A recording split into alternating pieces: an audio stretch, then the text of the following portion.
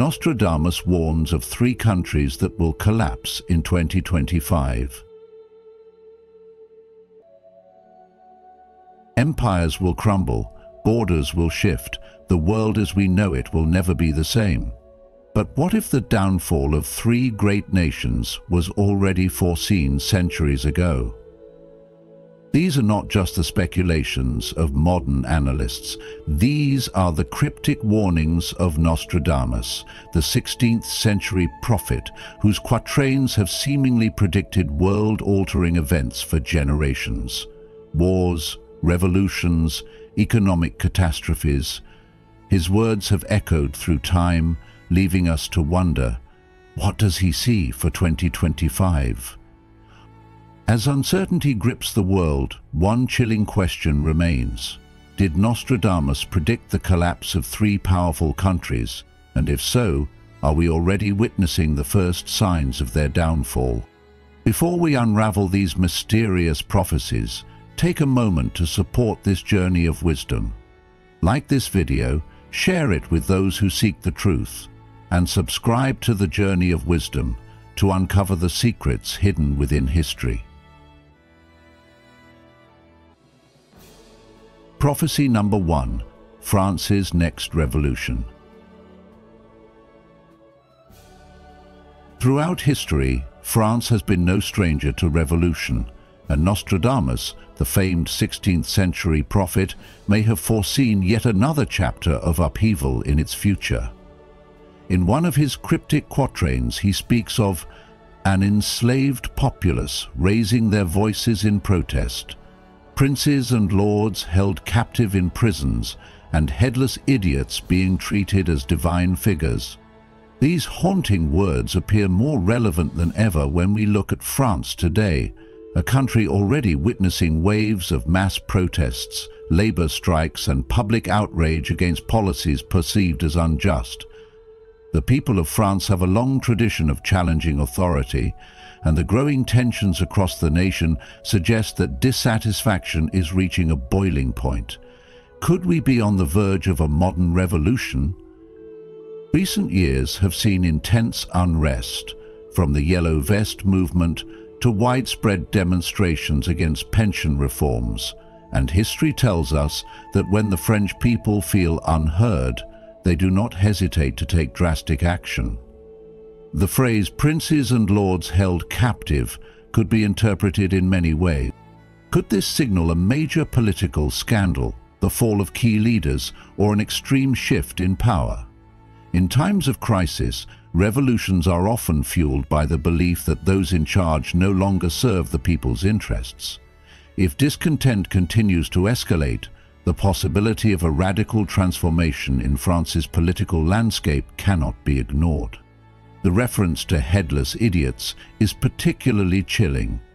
Some speculate that it may symbolize leaders losing control, a chaotic collapse of authority, or even an era where those who rise to power are unprepared for the responsibility. We have seen throughout history how nations in turmoil often embrace unexpected, even controversial figures to lead them through uncertain times. If France experiences another wave of political and social upheaval, the world will be watching closely, as such shifts in power rarely occur in isolation. France is not just another country. It plays a crucial role in global politics, economics, and European stability. A revolution in France would have ripple effects that extend far beyond its borders, influencing financial markets, alliances, and even the balance of power in Europe. But are we truly seeing history repeat itself, or is this simply another cycle of unrest? Nostradamus's prophecies are rarely straightforward. They are riddles open to interpretation. While some may dismiss them as coincidence, others find undeniable connections between his words and the realities unfolding before us. Regardless of whether his predictions hold supernatural weight or serve as cautionary tales, one thing remains clear: the future is shaped by the choices we make today. Revolutions do not happen overnight. They are born from years of frustration, inequality, and resistance to change. If history is any indication, the fate of France, and possibly the world, is still unwritten. We stand at a crossroads where understanding the lessons of the past can help us navigate the uncertainty of the future. What do you think? Are we witnessing the early signs of a new revolution, or is this just another moment of unrest in France's long and turbulent history? Prophecy number 2. China's internal collapse. Century 8, Quatrain 17. Those at ease will suddenly be cast down. The world put into trouble by 3 brothers. Their enemies will seize the marine city. Hunger, fire, blood, plague, all evils doubled. For decades, China has been seen as an unstoppable force in the world. Its economy booming, its influence expanding, its government seemingly unshakable. But what if that illusion of stability is just that? An illusion. Nostradamus' prophecy hints at a sudden fall from power, a moment where those in control are unexpectedly overthrown.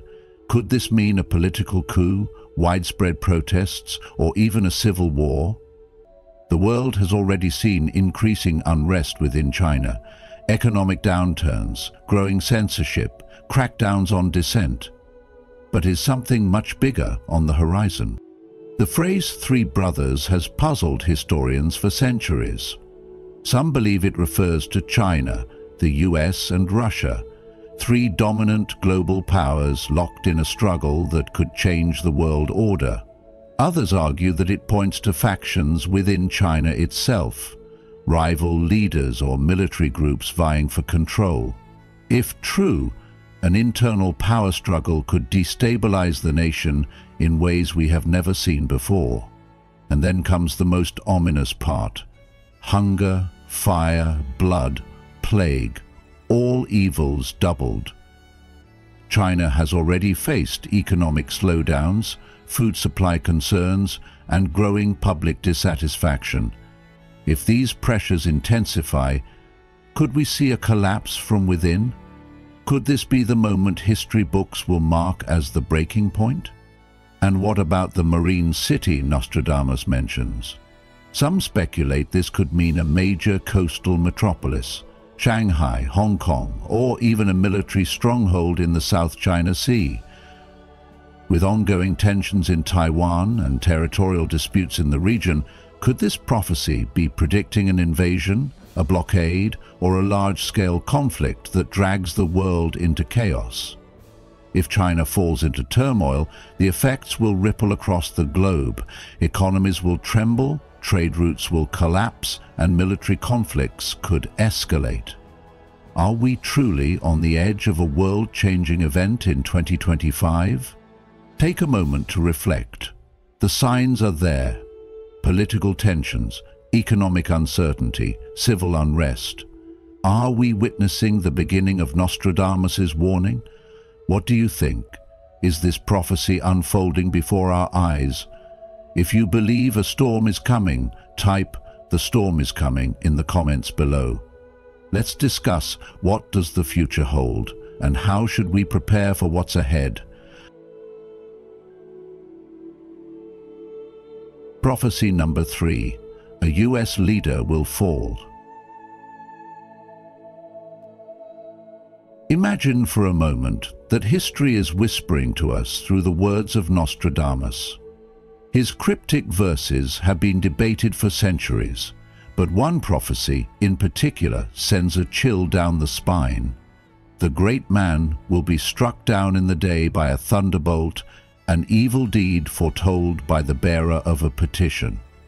What could this mean for 2025? Many believe Nostradamus was warning us about a great leader falling, a moment that could send shockwaves across the world. The United States, a nation already wrestling with deep political divisions, economic uncertainty, and social unrest, could be on the verge of an unprecedented crisis. Could this prophecy be hinting at an assassination, an unexpected attack, or even a scandal so immense that it shatters the political foundation?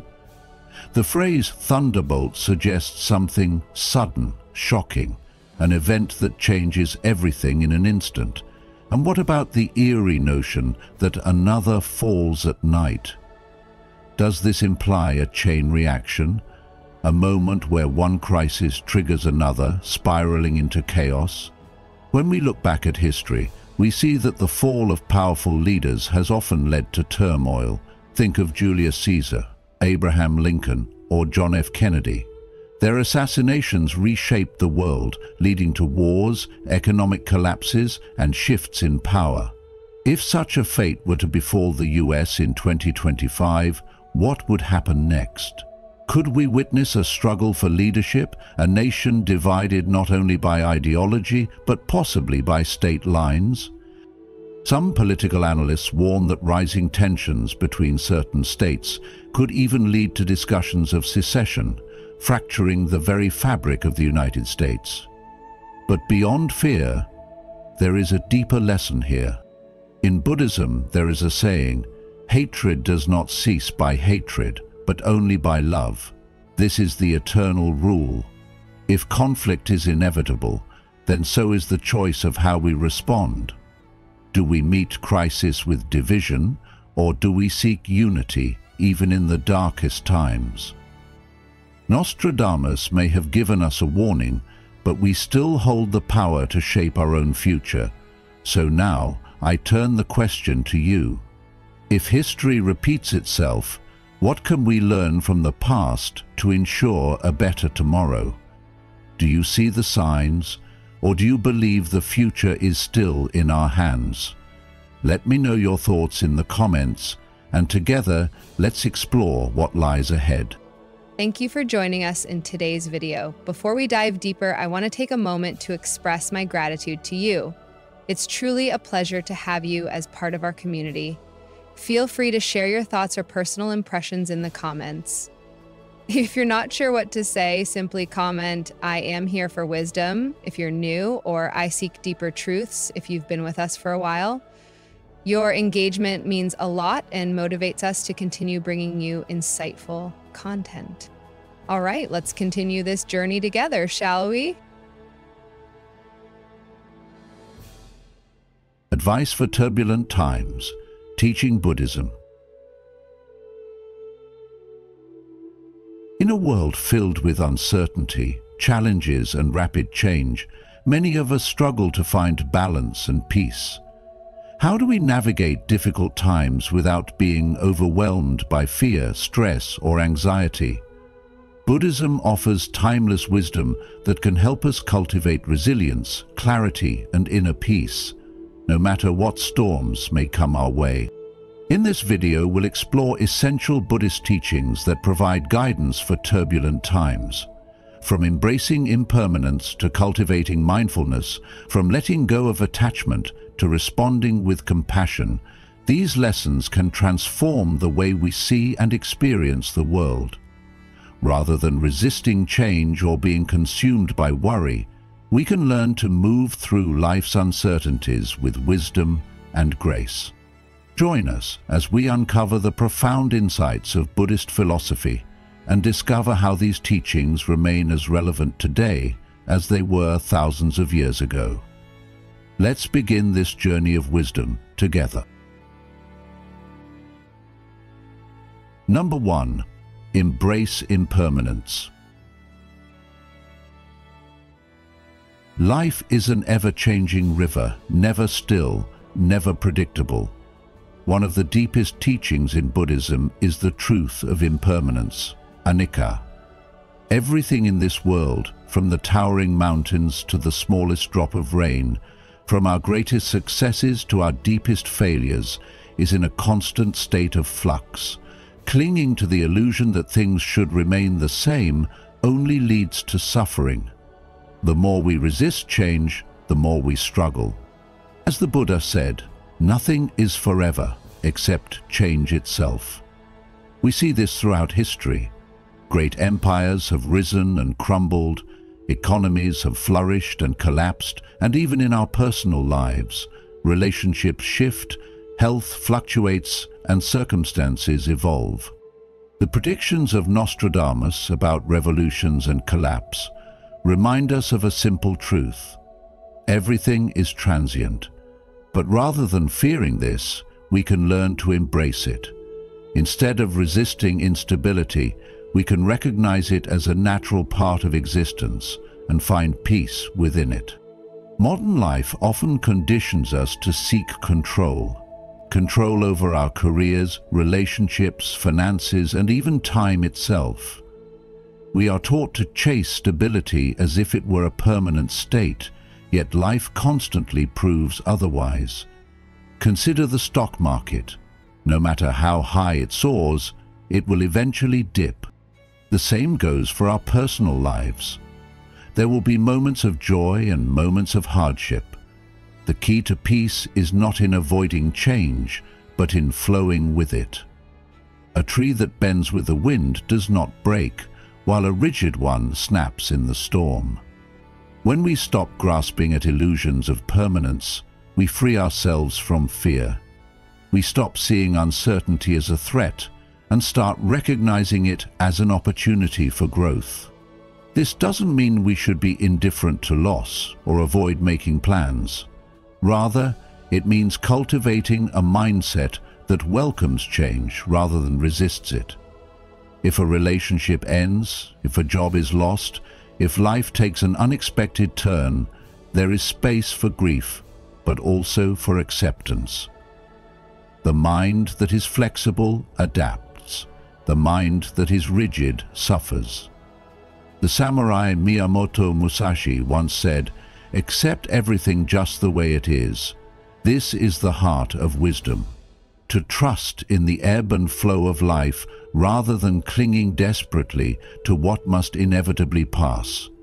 When we internalize this, we unlock a deeper sense of freedom. In turbulent times, this lesson becomes even more essential. The world is uncertain, and chaos may come in waves, but your inner peace does not have to depend on external circumstances. When faced with change, ask yourself, am I resisting or am I flowing? Let go of attachment to how things should be and embrace what is. This is not surrender, it is wisdom. When you stop fearing impermanence, you begin to truly live. Number 2, cultivate mindfulness. In turbulent times, the mind often becomes a battlefield of fear and uncertainty. When the future feels unclear, anxiety takes hold, pulling us into a cycle of worry and distress.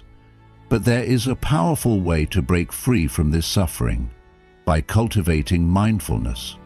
Mindfulness is the practice of being fully present, aware of our thoughts, emotions, and surroundings, without being swept away by them. Instead of reacting impulsively to life's difficulties, we learn to observe them with clarity and wisdom. Through meditation and conscious awareness, we develop the ability to witness our emotions without being controlled by them.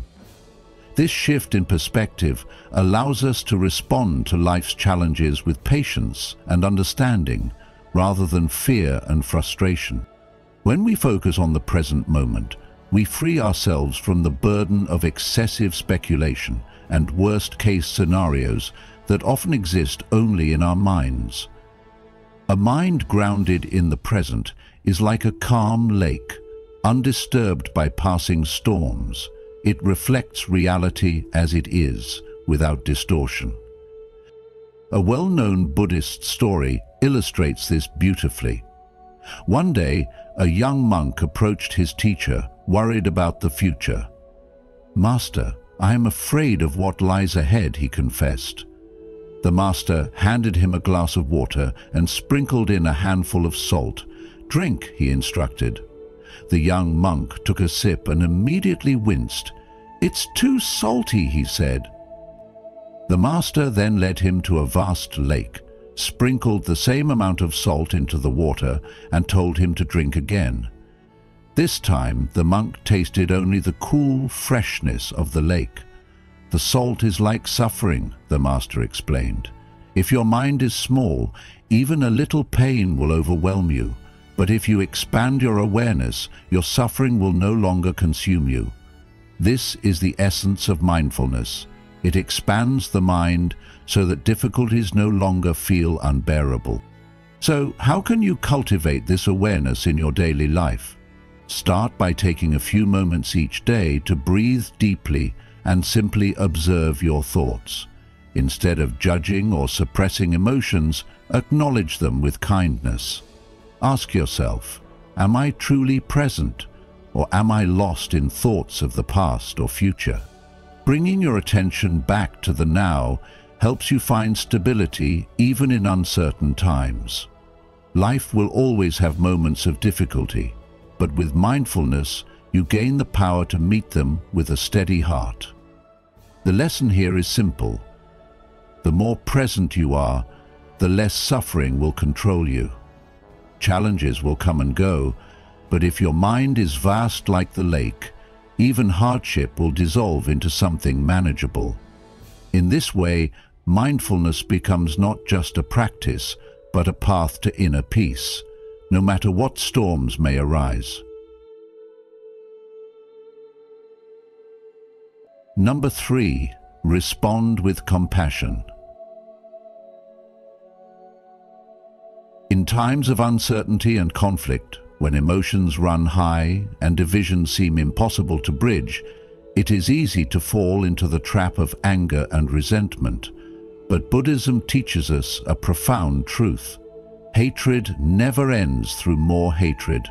Only through love and understanding can true resolution be found. The Buddha himself said, "Hatred is never appeased by hatred in this world. By non-hatred alone is hatred appeased. This is an eternal law." When we react to turmoil with hostility, we only add fuel to the fire, deepening the divide and perpetuating suffering. But what if, instead of responding with anger, we choose compassion? What if we see those who oppose us not as enemies, but as individuals who, like us, are shaped by their own fears, struggles, and misunderstandings? This shift in perspective does not mean we ignore injustice or remain passive in the face of wrongdoing.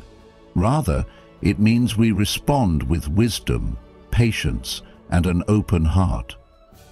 The practice of metta, or loving kindness, is one of the most powerful tools we have to dissolve conflict. When we cultivate genuine goodwill toward others, even those who challenge us, we create a ripple effect that can soften hardened hearts and open doors to dialogue. Imagine how the world would change if, in the face of aggression, we met others with calmness rather than fury, with understanding rather than judgment. Wouldn't that inspire a different kind of conversation, one rooted in mutual respect rather than opposition? This doesn't mean we won't feel anger, frustration, or sadness. These are natural emotions, but the key is not to let them control us. Instead, we can transform them into a force for good. A compassionate response not only preserves our own inner peace, but also sets an example for others to follow. It reminds those around us that there is another way, a way that leads to healing rather than destruction. So, the next time you find yourself in the middle of conflict, ask yourself, am I responding in a way that contributes to peace, or am I adding to the suffering? The choice is always in our hands. And when we choose compassion, we not only change our own hearts, but help to transform the world around us. Number 4, let go of attachment. Letting go of attachment is one of the most profound yet challenging lessons in life. Much of human suffering stems from clinging, to material wealth, social status, relationships, or even deeply held beliefs. The Buddha wisely taught, attachment is the root of suffering, reminding us that everything in life is impermanent. Yet we often resist this truth, seeking stability in a world that is constantly changing. When we become attached, we tie our happiness to external conditions, believing that wealth will bring security, that relationships will always remain the same, or that our views are absolute. But life moves like a river, ever flowing and shifting, and when we refuse to adapt, we create our own suffering. Imagine holding onto a rope that is being pulled away. Gripping tighter only burns your hands. In the same way, attachment causes pain when we resist the natural course of life. When economic downturns shake our finances, when political landscapes shift, or when we lose people we love, we suffer not just from the events themselves, but from our unwillingness to accept them. This does not mean we should not care. Rather, it means we must approach life with open hands, rather than clenched fists. You only lose what you cling to, the Buddha said, reminding us that true peace comes when we embrace change rather than fight it. In modern life, we see attachment everywhere, chasing after success, obsessing over social media validation, fearing the loss of control. But real freedom lies in detachment, not as indifference, but as a deep understanding that nothing lasts forever. This does not mean we do not love or strive for goals, but that we do so without fear of loss. When we cultivate detachment, we remain calm in turbulent times, adapting rather than breaking. The key is mindfulness, observing our attachments without letting them rule us. When we release our grip on what we cannot control, we make space for peace, wisdom, and resilience. Letting go is not about giving up. It is about trusting that life will unfold as it should and finding contentment in the present moment. In the end, the less we cling, the lighter we become, and the freer our hearts will feel. Number 5, control the mind, not the world. Life is unpredictable, and no matter how much we try, we cannot control everything around us. Many people spend their lives attempting to shape the world to their desires, chasing wealth, power, or security only to be met with disappointment when things don't go as planned. Buddhism teaches a different approach. Instead of trying to control the outside world, focus on mastering your own mind. When you realize that external events are beyond your control, you free yourself from unnecessary suffering. True peace comes not from manipulating circumstances, but from developing inner resilience. A turbulent world does not have to mean a turbulent mind. The Buddha once told the story of a man shot by an arrow. Instead of seeking immediate treatment, he insisted on knowing who shot it, what kind of wood it was made from, and where it came from. But the Buddha warned that by the time all these questions were answered, the man would die. The lesson: when we waste our energy trying to control what is outside of us, we delay our own healing. The same applies to the struggles of daily life, whether it is political turmoil, financial instability, or personal conflicts. The more we obsess over things beyond our grasp, the more we suffer. So how do we train the mind? Meditation is a powerful tool, but so is mindfulness in everyday life. Notice your thoughts without being controlled by them. When anger arises, observe it. When anxiety creeps in, acknowledge it, but do not let it consume you. Like a tree standing firm in a storm, you can remain steady even as the winds of change blow around you. Ask yourself, what would happen if you let go of the need to control everything? How much of your stress comes from resisting things as they are? When you focus on controlling your reactions instead of the world, you cultivate a mind that is unshaken by external chaos. The real power lies not in bending the world to your will, but in learning to stand still and at peace within it. Number 6. Choose stillness over panic. When the world feels like it's spinning out of control, your first instinct might be to react, perhaps with fear, frustration, or the urgent need to do something, anything, to regain a sense of stability. You see people stockpiling supplies, making rash decisions, or venting their anxieties in anger. But have you ever considered that the most powerful response might not be action, but stillness? Buddhism teaches that in moments of crisis, stillness is not weakness, it is wisdom. The Buddha once said, "Do not look for a sanctuary in anyone except yourself." This reminds us that true peace doesn't come from controlling the world around us, but from mastering the world within. Stillness doesn't mean doing nothing.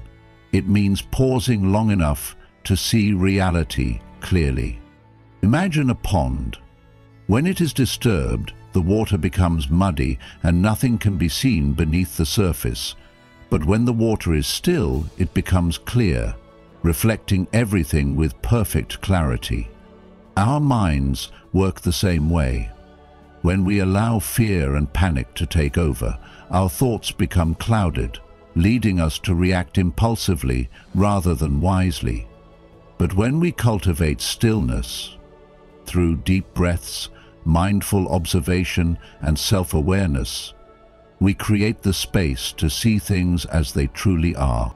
The Buddha taught that suffering arises from attachment and aversion. When we desperately cling to certainty or resist change, we create our own distress. But what if, instead of resisting the storm, we chose to become like the eye of the storm, calm, aware, and unshaken? This doesn't mean ignoring the situation or refusing to act. It means responding from a place of wisdom rather than fear. Ask yourself, in this moment, am I reacting or responding? Am I being pulled by fear, or am I choosing a path of clarity? The world will always experience turbulence, whether in personal struggles or global crises. But your inner peace does not have to be shaken by external chaos. Practicing stillness allows you to step back, observe, and make choices that serve not just your immediate emotions, but your long-term well-being and the well-being of those around you. When you learn to embrace stillness, you stop being a wave tossed by the ocean and become the ocean itself, deep, vast, and undisturbed by the passing winds. So, in your next moment of uncertainty, take a deep breath, ground yourself in awareness, and remember, true strength is not in forceful action, but in mindful stillness. What will you choose in your next moment of crisis, panic, or peace? Number 7. Accept suffering as part of life. Suffering is not an anomaly. It is woven into the very fabric of existence. The Buddha's first noble truth teaches us that dukkha, suffering, dissatisfaction, and hardship, is an inescapable part of life. Yet most people spend their lives resisting this reality, believing that suffering is unfair or avoidable. But resistance only deepens our pain. Instead of fearing hardship, we must learn to embrace it as a teacher. Just as fire hardens steel, adversity strengthens our minds and spirits. The trials we face refine us, forcing us to confront our weaknesses, cultivate resilience, and develop wisdom. Consider the great figures in history, leaders, philosophers, even enlightened beings. None were exempt from suffering. What set them apart was their response to it. The Japanese Zen master Shunryu Suzuki once said, "Life is like stepping onto a boat that is about to sail out to sea and sink." This might sound bleak, but it is a profound reminder that impermanence and suffering are natural parts of life, not exceptions. The sooner we accept this truth, the freer we become. When we stop resisting suffering, we begin to see the hidden lessons within it. A lost job may teach us detachment from material security. A failed relationship can reveal our attachment patterns, and illness reminds us of life's fragility. Instead of asking, "Why me?" ask, "What can I learn from this?" This shift in mindset transforms suffering from an enemy into a wise guide. In turbulent times, we must remember that no storm lasts forever, but the way we endure it shapes our future. Look at the tallest trees. They do not fight against the wind, but bend and sway, allowing the storm to pass. We too must develop this flexibility, understanding that pain will come and go, but our inner strength determines how we emerge on the other side. The Buddha himself faced betrayal, criticism, and immense hardship, yet his acceptance of suffering allowed him to transcend it. As he said, "Pain is inevitable, but suffering is optional." The difficulties of life are not meant to break us. By accepting suffering as part of our journey, we cultivate true inner peace. Not the fragile peace that depends on external comfort, but the unshakable peace that comes from wisdom and understanding. So, the next time life tests you, do not resist. Embrace the lesson, endure with grace, and know that on the other side of suffering there is growth, clarity, and transformation. Number 8. Be prepared, but not fearful. Difficult times are inevitable, but how we approach them makes all the difference. In Buddhism, we are taught to prepare for challenges, not with fear, but with wisdom. Fear clouds the mind, making it restless and anxious, while preparation gives us confidence and stability. Just like a farmer who tends to his fields before the storm arrives, we too should take practical steps to face difficulties, but without being consumed by worry. Having resources, making plans, and thinking ahead are all forms of wise preparation. Yet when we allow fear to take over, we suffer twice, once from the situation itself and once from our anxious thoughts about it. The Buddha taught that attachment to outcomes leads to suffering, and excessive worry about the future is one such attachment. Instead, we should cultivate a mind that is ready but not distressed, alert but not overwhelmed. There is a Zen story about a great samurai who sought wisdom from a Zen master. The samurai asked, "Master, how do I prepare for battle without fear?" The Zen master, instead of answering directly, handed the samurai a teacup and began pouring tea. He continued pouring even after the cup overflowed. The samurai exclaimed, "Master, stop! The cup is full. It cannot hold more."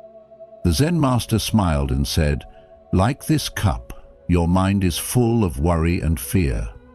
How can you prepare for battle if your mind is already flooded with thoughts of defeat?